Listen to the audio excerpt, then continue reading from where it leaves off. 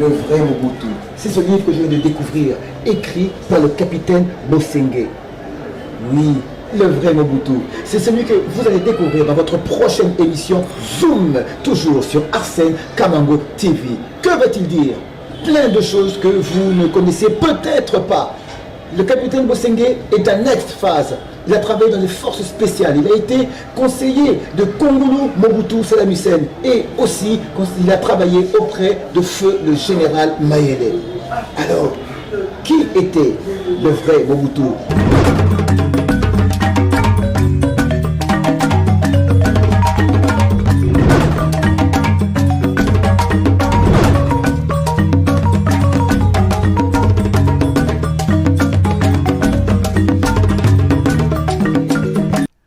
Faustin Bosengue Lokasola, le vrai Mobutu, mythe et réalité de l'homme et de son système politique, paru aux éditions Soleil d'Afrique. Oui, le vrai Mobutu. Mais qui était le vrai Mobutu? La question est bien posée. Pour le savoir, nous avons avec nous une personne qui a bien connu, qui a été proche du maréchal. Et pourquoi? Vous allez comprendre quelques instants. Il s'agit d'un ancien capitaine.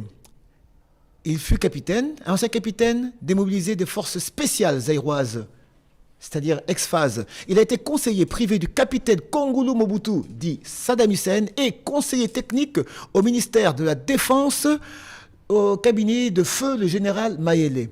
Et c'est notre invité d'aujourd'hui à qui je dis bonjour ou bonsoir ou salut comme vous voulez. Mais bref, vraiment, c'est un grand plaisir de vous recevoir parce que grâce à vous, nous allons comprendre beaucoup de choses. Vous dites le vrai Mobutu.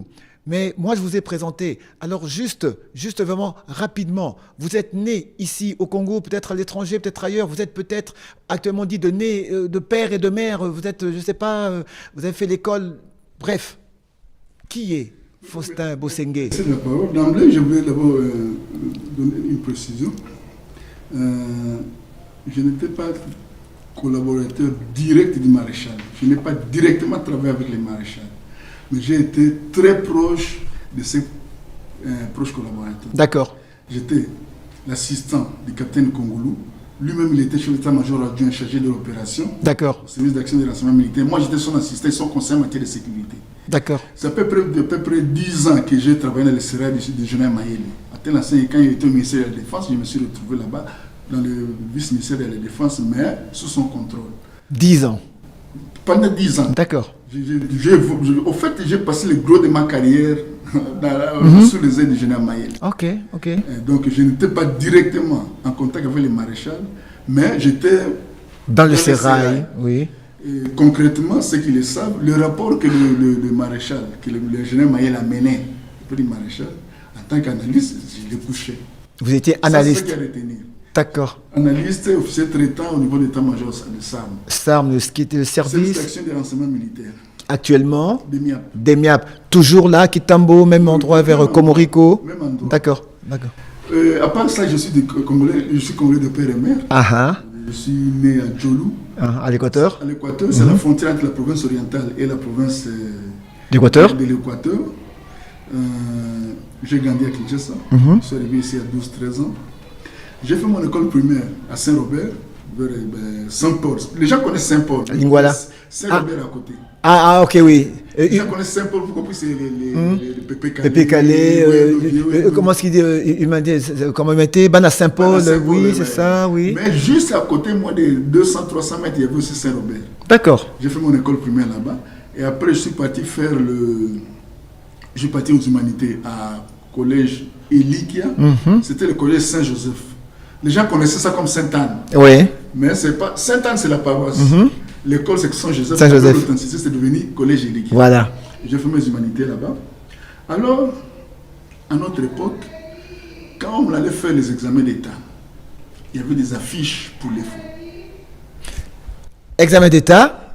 L'affiche. Et il y a la publicité. Ceux qui veulent rejoindre l'armée. Comme un appel d'offres. Voilà. Ah oui. Et moi, je me suis intéressé. Et on vous donne telle date pour le concours de l'EFO. Ok. Vous terminez les examens d'État. Oui. En attendant les résultats, vous avez déjà fait le concours de l'EFO. D'accord. Si vous réussissez aux examens d'État et que vous réussissez au concours de l'EFO. Alors, une parenthèse, pourquoi vous avez choisi de vous inscrire à l'EFO? Bon, moi, personnellement, je suis d'une descendance de militaires. Ah, ok, de père et de mère. C'est-à-dire que, bon, au niveau de notre famille, Oui. le plus connu, c'est le Koné Batouafi. Ah. C'est vrai au niveau de haut rang de l'armée. Donc vous êtes de la famille du colonel Batouafoué. En fait, je suis de Sengelo Kassolan Koyi. Koïla, c'est le nom de Koné Batouafi. D'accord. Et puis, à part ça, son père est maintenant le Koïla. Il Oui. fait la deuxième, il était, comment on appelle ça, 40-45. Ah, les tirailleurs, Voilà. tout ça. Ok. Mais au-dessus de cela, Oui. il y avait un guerrier au niveau de notre Village. Le village là-bas. En fait, ok. Et donc, c'était dans les sangs. J'ai fait le concours de l'EFO. Je me suis retrouvé à la deuxième promotion de l'EFO avec les enfants du maréchal. Avec l'enfant du maréchal, il y avait qui? Manda Mobutu. Manda Mobutu. En fait, il n'était pas Mobutu, il était Manda Ndimba. Manda Ndimba. Bon, celui qui était Cessé Mobutu. Cessé Seko. Oui, c'est Seko. Oui. En fait, lui, il s'appelle Mobutu Seko. Ah, donc Sierra. Son nom, c'est Mobutu Seko. Carrément. Carrément, mais avec. Oui. Ça sonnait trop fort. Ah. Il est resté Cessé. Movoto. Lui, c'est le fils de Feu Movoto, le grand frère du maréchal. Parenthèse. Oui. C'est intéressant que je le dise, pour vous soulever les uniformes. Papa Movoto, Oui. c'est le grand frère du maréchal. Tout à Vous fait. savez à quel grade il est parti en retraite? C'était un militaire. Vous savez? Papa Movoto était militaire. Oui. Ah. Ils sont des mêmes mères, mais des pères différents. D'accord. Il est parti au grade d'adjudant-chef. Son propre grand frère. Son propre grand frère. Il a toute la carrière. Oui. Son petit frère est ministre de la Défense. Président de la République. Mais il est parti en retraite au grade d'adjudant-chef. Il l'a pas fait monter. Ça, c'était pas mon but. Ah bon? Ses propres enfants, pour passer au grade de sous-lieutenant, Oui. ils sont partis à l'EFO. Et je vous informe que dans notre promotion, il y a eu 3 morts en exercice. 3 morts en exercice. Je suis à la télé, je parle à la télé. Ok. 2, le pauvre Basile, exercice de... Ça s'appelle Bukamikoua. Tu te rends compte? Ça, c'est où? C'est où? À Kananga.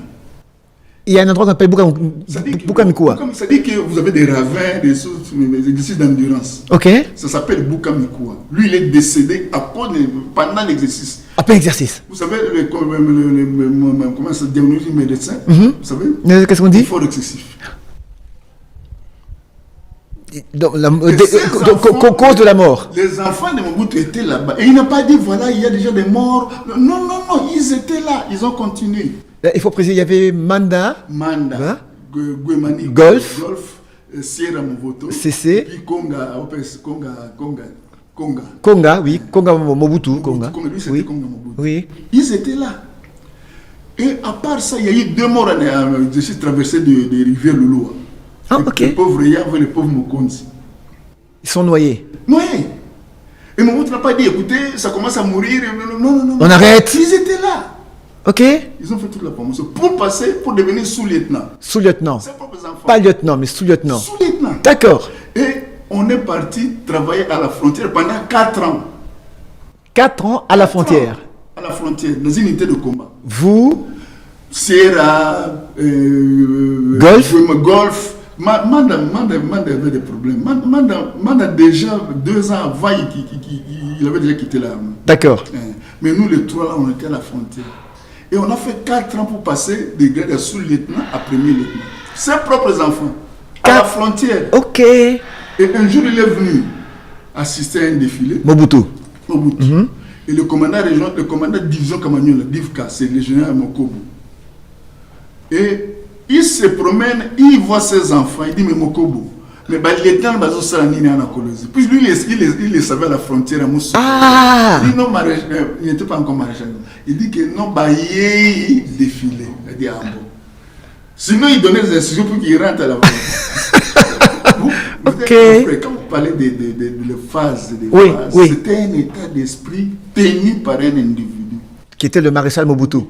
D'accord. Et pourquoi il s'accrochait comme ministre de la Défense de 65 à 92. De 65 à Mais 92. tout est parti de quoi? Quand la conférence nationale a dit il ne va plus gouverner, il faut qu'il règne seulement. Il s'est départi du ministère de la Défense. C'est là où nos problèmes ont commencé. Ce n'est pas l'AFDEL. Ok. Révisitation de son nation. L'AFDEL est venu détruire l'armée. Non. L'AFDEL a trouvé une armée qui était déjà détruite. L'AFDEL a trouvé une armée qui était détruite. Ok, là vous venez de dire que c'est de 65 à 92. Donc ça nous fait... Quand il quitte le ministère de la Défense. Ça nous fait... C'est Bandoma. Paul Bandoma qui était de l'UDPS, ministre de la Défense. Ensuite, Ngouz Kaliband. Oui. Et qui n'avait pas la même rigueur que Mobutu. Ah, ok. Et ça commence à devenir 6 mois après, vous passez... Regardez tous ces gens qui sont après là. Il est sous-lieutenant, 6 mois après, il est premier lieutenant. 6 mois... Bon, ça, je peux le dire. C'est important qu'on le sache. Puis ça engage notre pays. Absolument. Notre pays. Oui. Parce que pour avoir des solutions pour notre armée, nous devons partir de la racine du mal. Jusqu'à la racine du mal. À partir de 93, 94, quand les généraux ont pris la place de Mobutu, je ne veux pas citer les noms ici par respect au nom des familles, on commençait à prendre des jeunes gens, des finalistes des humanités du collège de Guadeloupe. Par exemple, il vient, il fait 6 mois à Kibomango. Déjà la formation militaire est bâclée puisqu'il faut 9 mois. Il est commissionné capitaine. Après 6 mois. Il est commissionné capitaine. Il va faire l'école de police d'Alexandrie. Bon, je crois que ça... Ah non, c'est intéressant ça. Il va faire l'école de police d'Alexandrie. Il revient avec le titre de breveté d'état-major. Et il est nommé major. 6 mois après, il devient lieutenant-colonel. Regardez comment les phases ont été détruites en quelques années. Ce n'est pas l'AFDEL, c'est avant l'arrivée de l'AFDEL. C'est comme ça que l'AFDEL est venu marcher sur un terrain qui était déjà... Le virus était déjà dedans. Et maintenant, quand il y a eu la guerre, ceux qui combattent, ils disent, mais vous avez fait ça d'une histoire de tribu, non? Ok. Mais allez combattre. Pourquoi vous voulez que nous, on puisse aller combattre votre place? C'est vous qui passez les 6 mois de grade. Oui. Voilà à peu près... Donc, si on dit à partir de... Si vos propos de 92, donc c'est avec le courant de la démocratie que tout a dégringolé. À mon humble avis. Oui. Au fait, le point de la démocratie, de la conférence, ce n'était pas une mauvaise chose. C'est les dictateurs Mobutu qui décident de la conférence nationale. Au fait, puisqu'on parle de l'histoire du pays, Mobutu n'avait subi aucune pression, ni des Occidentaux, ni de l'opposition politique, ni de l'IPDPS. C'était une surprise. Quand il l'annonçait, les gens étaient surpris. Le temps travaillé en 1990. Conseiller Vieux Pius. Kemaïlo, qui était à cette il dit, maréchal, vous voyez ce qui vient d'arriver à votre ami Kochescu? Cette histoire de démocratie, nous devons prendre le devant. Anticiper. Démocratisons les institutions. Ok. C'est comme ça que lui il a décidé. Il dit, mais il connaît le paysage, il a vécu 165, on en parlera quand on va parler de coups de sang, coups d'État. Il dit, mais avec ce que nous avons subi dans le passé, tenons-en à 3 partis politiques. 3 partis politiques, oui. Les gens ont dit, les dictateurs, toi aussi, multipartisme intégral. Oui, je me souviens, c'était Lancelé, juste après son discours de « Comprenez mon émotion ». Il voulait qu'il y ait 3 partis. Le MPR, l'UDPS et FCN. FCN, voilà. Les gens ont dit, non, dis-toi aussi, mets-toi d'abord à côté. Le mal a commencé à partir là. Parce que si on avait 3 partis, c'était gérable. Mais quand tout le monde pouvait se réveiller le matin, il devient président des partis politiques. Il y avait trop de présidents des partis politiques. Il y avait trop de présidents fondateurs. Et jusqu'aujourd'hui? Il y a trop de présidents fondateurs. Aujourd'hui, on parle d'autorité morale. Mon frère, vous savez, quand on est même quand on est en séminaire, quand on va dans des conférences, on dit toujours, bon, qui vont faire la synthèse? On choisit 2 ou 3 personnes. Vous savez pourquoi? Mais si vous voulez faire cette synthèse à 20, vous ne terminerez jamais cette synthèse. Oui, c'est logique. Et on avait 400 présidents fondateurs. Et c'est normal que pendant 7 ans, 5 ans de 92, on était en train de tournoyer. Vient nous trouver. Donc voilà, bref, j'étais à l'EFO. Après l'EFO, je suis parti en opération au Tchad. Comme on était dans une unité de combat. Oui. Quand ça bat, de qui ils vont? On était dans l'unité de combat. Oui, parce qu'il faut préciser que vous êtes génie. De génie. Vous c'est le combat. Génie de combat. Vous êtes un génie de combat. Donc en ce qui concerne... Je suis parti au Tchad, j'étais l'officier du génie du bataillon Léopard. Officier du bataillon Léopard. Ok. Le bataillon Léopard. avec à l'époque c'était Major Makoma, il est maintenant le général. Le commandant du régiment c'était le Major, Major Moussala, qui est passé lieutenant-colonel là-bas. Là-bas, au front. Tchad. Oh, ok. Comme il faisait des étés 2, DZT. détachement 0 au Tchad. D'accord. Deuxième détachement 0. Il remplaçait, le Major Moussala a remplacé le Major Mouzamabé. Mouzamabé fut à l'époque DZ1. Major. Il était major. Major. Il a affronté l'armée. Major. Ok. Là, c'était le Kadhafi qui envoyait son armée, la bande d'Aouzou contre. Les gens libyens de Kadhafi. Oui, les gens libyens de Vous avez Kadhafi. une idée. Oui, Kadhafi. Équipé avec Oui. des missiles. Ah oui, c'était Kadhafi quand même. Major Mouzamabé démystifie la Il a tenu tête à l'armée, il a mis à des bandades. ce qui a permis à. Comment il s'appelait encore? Hissène Habré. Oui. De se consolider. Et donc, ils ont débouté Goukou Nikwede. Vous connaissez Ok, avec les Libyens. Voilà. Et ça, c'était le major Mouzamabé. Major. Waouh. À l'époque, quand on disait major, quand on disait, écoutez mon frère, quand on disait capitaine Hussein, Oui. excusez-moi, c'est pas. Pour vous vanter ou quoi que ce soit, mais c'est. minimiser. Uh-huh. Mais quand je regarde aujourd'hui le concept de capitaine, par rapport à l'époque de Mobutu, l'armée de Mobutu jusqu'à 92, s'il vous plaît. Vous savez, les bataillons sécurité de Mobutu, les bons secs, c'était un capitaine qui commandait, c'est le capitaine Sido. Qui ça? Sido. Ah, Sido. Oui, Sido, Taïlangaboué. Sido. Ah, d'accord. Qu'est-il devenu? Non, il est parti. Un deux major, hein. À un moment donné, il était devenu major. Ah, il vit toujours? Non, il est décédé. Ah, décédé. Oui, Sido, oui, capitaine Sido. Le grade avait. Au fait, au niveau de l'armée, on a un général pour une brigade, un major pour un bataillon, un capitaine ou un premier lieutenant pour une compagnie, un sous-lieutenant pour un peloton. D'accord. Là, quand nous avons 200, 300 généraux pour 10 brigades, ça signifie quoi? Telle est la question. Ce n'est pas bon. C'est ce que nous vivons actuellement. On va en parler. On a trop de généraux actuellement. On va en parler quand on parlera de réformes. D'accord. Parce qu'il y a- Oui, les dernières réformes qu'il y a eu, je crois, il y a environ un mois, je pense. Oui, mais ça s'appelle réforme. Mais bon, moi, parenthèse, on était de parler des j'étais dans la notice biographique. Après le Tchad, je suis parti aux États-Unis, je suis revenu. Maintenant, après, il n'y a pas longtemps, moi j'ai étudié le management de la paix. Management de la paix. Défense et sécurité. Ok, aux États-Unis. Non, la vie School of Governance à l'autre en Afrique du Sud. Ah, en Afrique du Sud. Ok. C'est une discipline universitaire. C'est pour ça qu'au niveau de la chaîne UNESCO, ils avaient besoin de moi dans les 2010, 2011, 2012 pour faire des séminaires à l'intention des officiers. D'accord. Et ce sont ces notions de management-là, Oui. c'est ce qui nous pose problème aujourd'hui. Ah, ok. On a un problème de management de notre système de défense. Ah, d'accord. Ça, c'est une parenthèse, on en parlera après. Donc, ça, je prends bonne note. Management, Après, système de défense, oui. Je viens de le résumer. Oui. Né à Djolou, grandi à Kinshasa, EFO, Les États-Unis, États-Unis. la guerre du Tchad, on revient à la guerre du Moba. Avant d'aller aux États-Unis, je reviens aux États-Unis. Sarm, oui. 86 jusqu'à 96. Quand je quitte pour aller avec Congolou, pour aller au ministère de la Défense. D'accord. Là, J'ai sous. fait 10 ans Oui. avec le général Maïli. D'accord. Et tout dans le sérail, évidemment, que les enfants de Mobutu. Ça, c'est depuis oui, les faux, voilà, on est toujours là. oui. C'est Manda qui me recommande chez Congolo. Oui. On est toujours là. Les Sierra, tout ça, c'est présumé. Oui, d'accord. Et de là, vous évoluez en armée, donc vous êtes arrivé au grade de capitaine, quand vous expliquez bien que le grade, avait, donc, comme il dirait, C'est pas des capitaines, par oui. exemple. Cas de maréchal d'école, le 16 mai, il y avait le 16 mai 97. 97. Il y avait des généraux que j'ai vus, hein, je peux me tromper. Il y avait le général Likouli et le général Mayeli. Ici à Kinshasa? À l'aéroport, le matin au pied d'avion. Oui, ici. Ici, Oui. le 16 mai. Oui.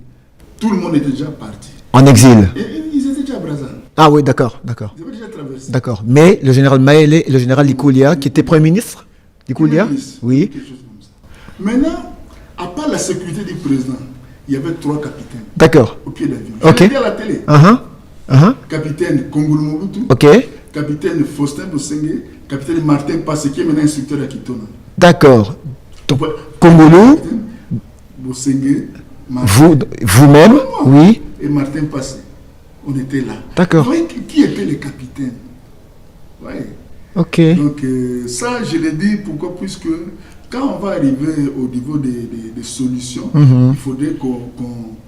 C'est pourquoi je n'ai pas dit néo-moboutisme. Hein. C'est-à-dire que prendre les aspects positifs Oui, du moboutisme. oui, ok. Moboutisme avait... Il n'y avait pas qu'il y avait beaucoup de choses de positives. Mais pourquoi ne pas se référer à ce aspect positif-là?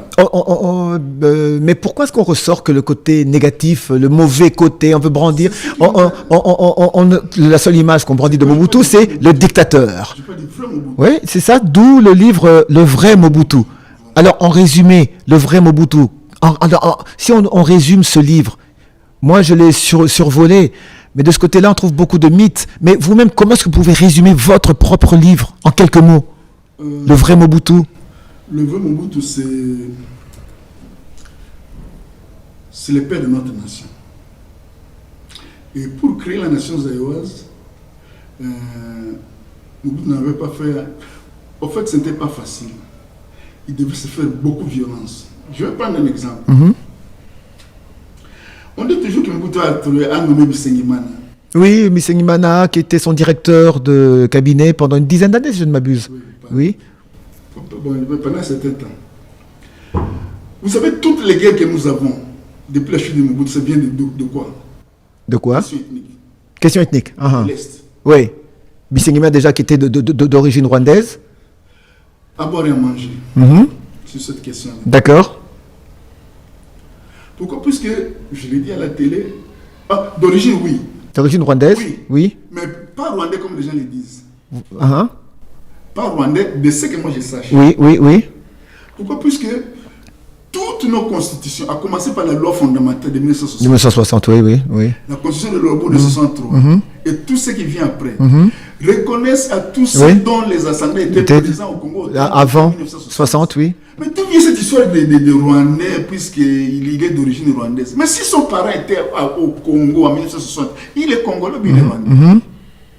Alors maintenant, il y a... Moi, je voudrais dire la vérité. Je sais que ça ne va pas plaire aux gens, mais la vérité est qu'au niveau de notre constitution, beaucoup de gens que nous appelons des Rwandais, là, au regard de la constitution, ils ne sont pas Rwandais.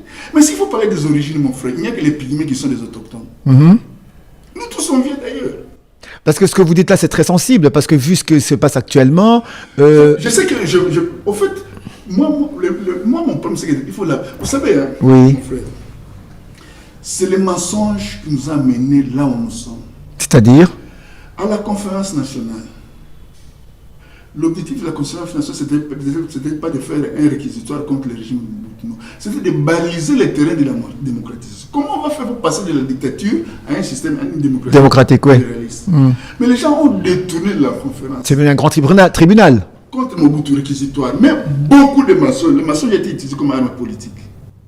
À la conférence nationale. À la conférence nationale. Je vais vous donner par exemple un exemple des hiboux. Ah oui, les hiboux. Les hiboux, les fameux avec les pagéros. Les pagéros. Je vais l'expliquer ici. Les hiboux, le commandant suprême Mobutu, l'extraordinaire, selon moi, c'est un être extraordinaire. Ça m'engage moi. Il remarque qu'en 1994, il y avait les Rwandais, les rebelles de FPR qui étaient partis de l'Ouganda jusqu'à arriver aux environs de Kigali. Avant qu'ils n'envoient Mayele les neutraliser. Il se dit, nous pouvons avoir des problèmes au niveau de cette frontière de l'Est-là. Puisqu'ils sont rentrés au Ouganda. Mais qu'est-ce qui ne suffit pas que prochainement, au lieu d'aller au Rwanda, ils vont venir ici chez nous? Bon, ils regardent en Afrique, qui a l'expérience des frontières, les Sud-Africains, pourquoi? Puisque pendant l'apartheid, ils avaient à gérer les frontières de Zambie, Tanzanie, où il y avait des guerrieros de la NCNC. Ils avaient développé cette expertise-là. Il va appeler une unité de Sud-Africains pour venir former des Zaïrois, des militaires Zaïrois à la protection des frontières pour anticiper sur... Puisqu'il y a la menace des FPR à l'Ouganda. Déjà à l'époque. Commandant suprême visionnaire. Il dit, mais je vais mettre quelqu'un de confiance. Il dit, Major Dondo, colonel Dondo, qui était son garde. Ton garde du corps. Tu vas là-bas pour former ces gens-là. Les Sud-Africains, là, dans leur badge, les hiboux, ils portaient les hiboux. Ok. C'est comme il y a des qui portent Oui, les c'est leur symbole. Pas Cobra, Oui. mais c'était les hiboux. Ok. Maintenant, l'opposition, comme là, le maçon était venu une arme politique, ils ont pris cette histoire des régiments qu'on est en train de former, dont les experts portent des badges de hibou, pour aller être déployés à l'Est, puisqu'il y a la menace des FPR au niveau de l'Ouganda. Les opposants ont pu se dire, non, Mobutu a créé une unité pour enlever les opposants et les tuer. Vous êtes journaliste, juste que je vous dis, je l'ai dit à la télé. Moi, je mets à quiconque un défi de me citer un seul nom, pas deux, d'un opposant pendant la période des chaudes que les hiboux avaient enlevé et été exécutés. Comment il s'appelle? Personne.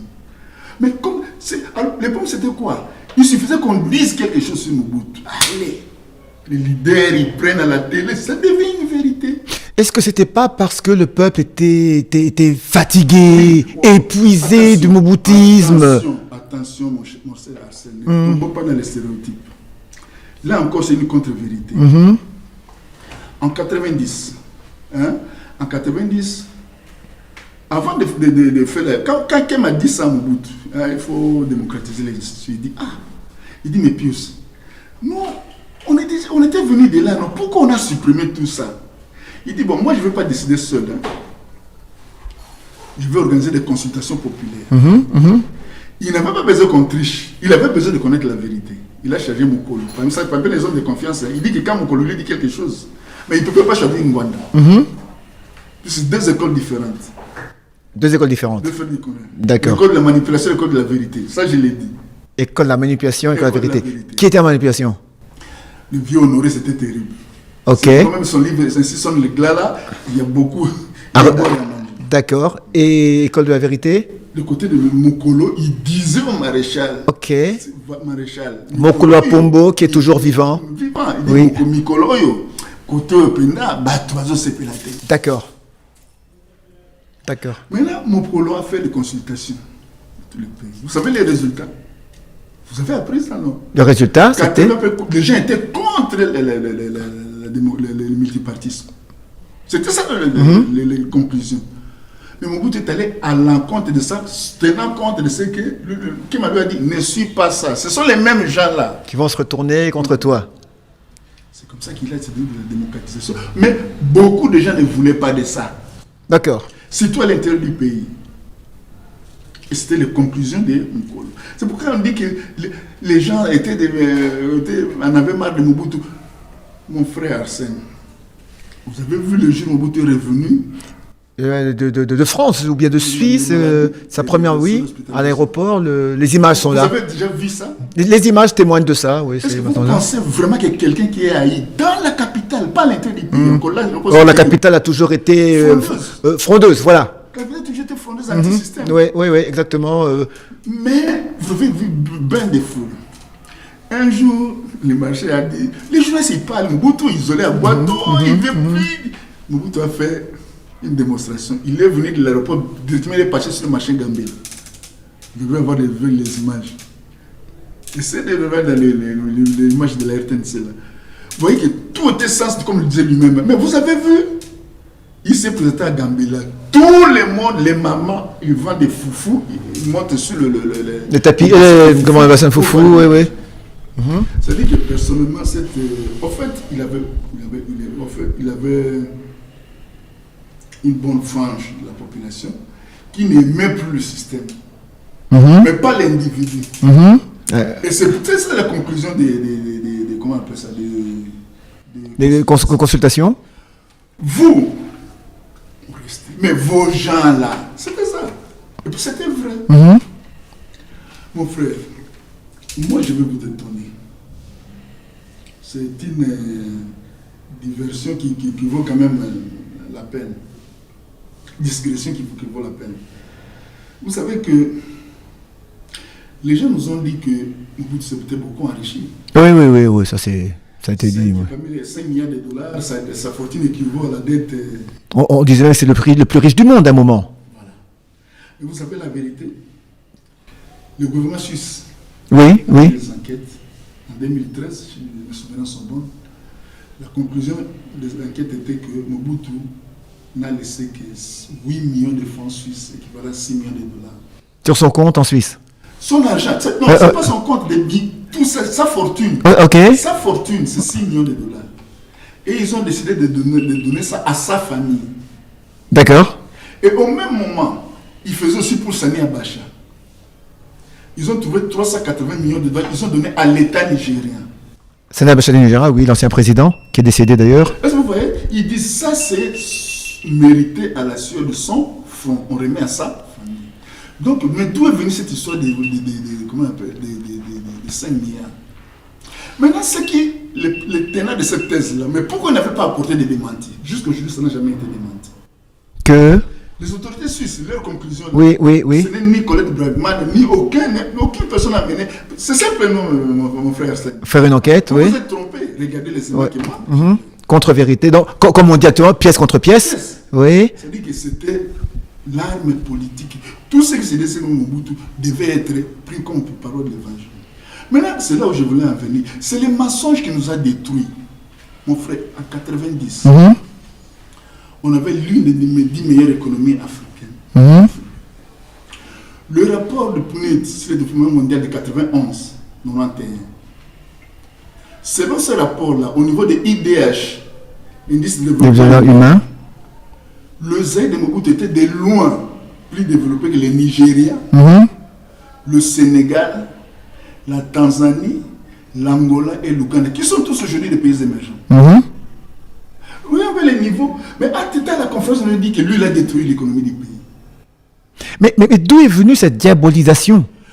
Mais c'est la mauvaise foi des gens. Et puis, mon problème, c'est que les gens n'ont pas défendu le maréchal. Mais ils voulaient sa tête. Mais pourquoi?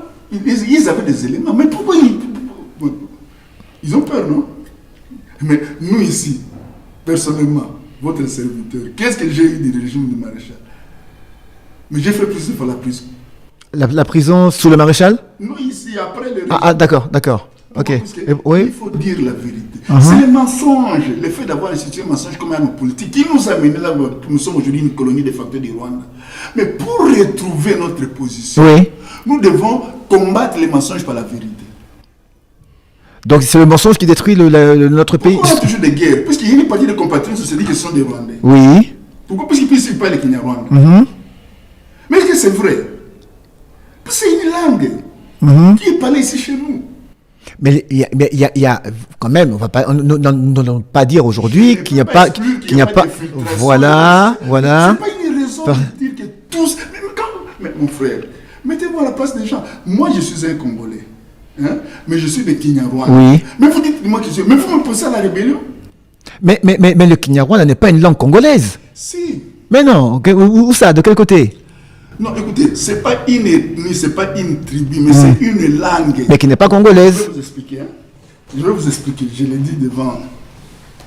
Est-ce que, mon frère Arsène, vous savez-vous qu'avant 1960, le pays-là s'appelait Congo, Belge et Rwanda. Urundi, oui. C'était un seul pays. Même monnaie. Et les fonctionnaires qui étaient ici pour aller travailler à Bujumbura, les Rwandais venaient ici. Maintenant, allons encore plus loin que ça. Quand le roi Léopold décide de céder le Congo à la Belgique, 1908, non? Oui.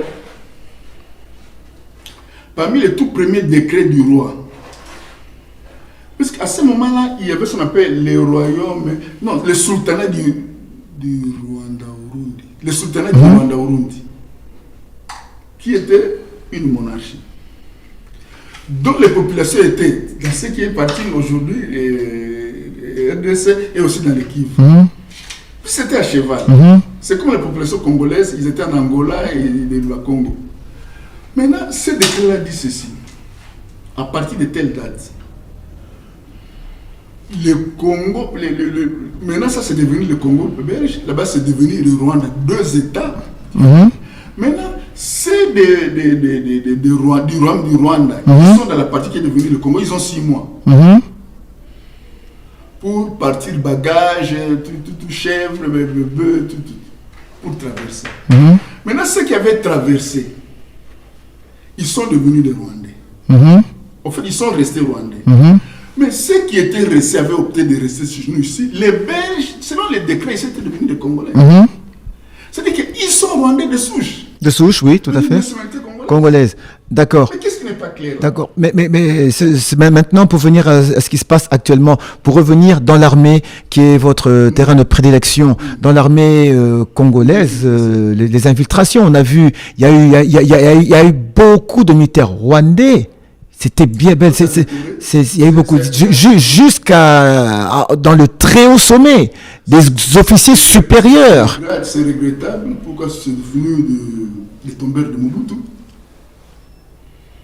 C'est venu des tombeurs de Mobutu, qui, notamment Mouzé, qui nous a mené, c'était James. Oui, voilà, chef d'état-major général. Oui. Et c'est parti de là. Mais par contre, personnellement, moi je ne suis pas en train de prendre la trahison comme la cause principale des contre-performances de notre armée. Ici, la trahison joue quelque chose. La quoi? Trahison. D'accord. Mais à l'époque de Mobutu, il y avait aussi la trahison. La guerre du Chaba, vous pouvez avoir une idée, les généraux Bumba. Mais ce n'était pas une raison pour que les phases ne se ressaisissent pas. La différence, oui. La mauvaise gestion, moi personnellement, oui. Il y a un très mauvais management de notre système de défense. Oui, comme vous l'avez dit tout à l'heure. Même s'il n'y a pas la trahison, mon frère. Oui. Je ne sais pas. On est dans l'histoire. Oui, tout à fait. C'est l'histoire réelle, oui. Ça s'est réellement passé, c'est oui. Même s'il n'y a pas la trahison. Mais si vous n'avez une armée qui ne fait jamais de manœuvres militaires. Manœuvre militaire, c'est-à-dire pour mieux comprendre, oui. 6 mois après, regardez. Parce que nous qui ne sommes pas militaires, ça, vous avez certains termes que quand même bien comprendre, oui. Quand j'ai des unités de combat, oui. Moi j'étais au bataillon Léopard, oui. Brigade Léopard, oui. au Chaba. Tous les 3 mois, attendez, et tous les 3 mois, il y avait l'exercice de bataillon. Les mêmes 3 mois, tous les 3 mois, vous avez l'exercice de bataillon. Tous les 3 mois. Tous les 3 mois. Chaque bataillon fait son exercice. Les 6 mois, vous avez l'exercice de brigade. C'est une brigade, oui. La brigade se déploie. Ok. L'exercice, c'est comme un match amical. Oui. Et au moins une fois, au moins tous les 2 ans, il y avait ce qu'on appelle manœuvre de phase. D'accord. Vous avez une idée, manœuvre à Kamina. Voilà, oui. Bon, je pense que la mauvaise formation de base de notre soldat, le manque d'exercice, de manœuvres militaires notamment, pèse beaucoup plus dans le contre-plan de phase que la trahison. En fait, il y a aussi la trahison. Alors, pour revenir un peu, on recule un peu dans l'histoire, l'armée, l'ex-phase qui était là, qui était bien formée, qui avait, vous en êtes, voilà, un élément de cette époque-là. Dites-moi, capitaine, un beau jour, d'où est venu le premier pillage ?